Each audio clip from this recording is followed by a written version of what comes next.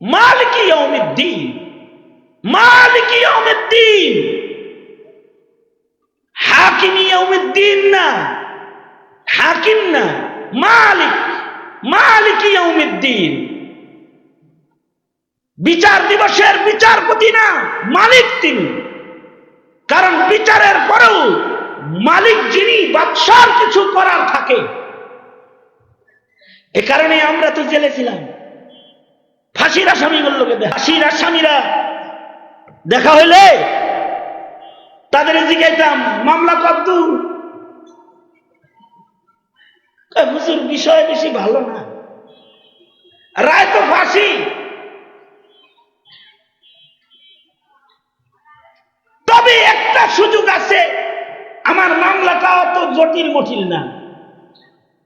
কোন কারণে যদি আওয়ামী দুঃশাসন আল্লাহ তাআলা যদি আপনাদের দুয়ার বরকতে পাল্টায়, আর এমন কোন দেশ প্রধান ও বিচার প্রধান যদি এসে যায়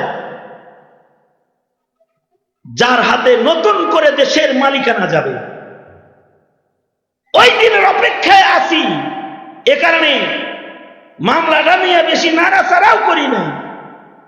কারণ মালিক যিনি, বাদশাহ যিনি হবে রাজ্যে, 5 বছর পরে পরে তো বাদশাহ পাল্টায়। এই কারণেই 4 মাস আগেও যারা বাদশাহ ছিল তারা মামুনুল হককে জেনাকার সাব্যস্ত করার চেষ্টা করেছিল। 4 মাস পরে যারা মালিক হয়েছে, বাদশাহ হয়েছে, তারা বেকসুর খালাস প্রদান করেছে। কারণ বাদশার একটা অধিকার থেকে যায়। এ কারণে এজলাসে ফাঁসির আসামির জন্য শেষ একটা চেষ্টা থাকে, সেটা হলো রাষ্ট্রপতির কাছে ক্ষমা ভিক্ষা। কারণ রাষ্ট্রপতি এই দেশের অধিপতি, মালিক তিনি, তার রাষ্ট্র তার পরিচালনাধীন। সে ইচ্ছা করলে হাকিম যাকে মৃত্যুদণ্ড প্রদান করেছে, রাষ্ট্রপতি ইচ্ছা করলে তার মৃত্যুদণ্ডকেও ক্ষমা করে দেওয়ার অধিকার সংরক্ষণ করেন। কোন বিচারপতির করার কিছু থাকে না। এই কারণেই গণতন্ত্রের রাজনীতি যারা করে, এরা বাদশাটা নিজের দলে দিবা নাই। আমি আবার রাজনীতি করি না, রাজনীতির ওয়াজও আমি পারি না। এটা না ঠান্ডা মানুষ ঠান্ডা ঠান্ডা কথা কইতাছি।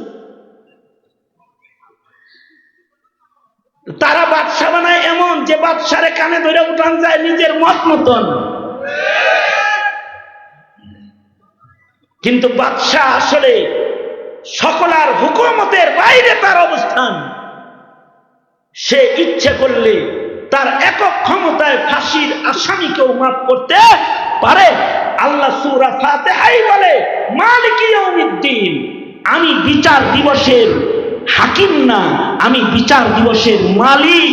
ইমানদাররা রে, আমার প্রতি যদি তোদের আস্থা থাকে আর আমার রহমত পাওয়ার মতো চেষ্টা যদি তোদের থাকে, তাইলে কিন্তু আমি বিচার দিবসেও ফাঁসির আসামিকেও বিনা হিসাব জান্নাত দেওয়ার ক্ষমতা সংরক্ষণ করি।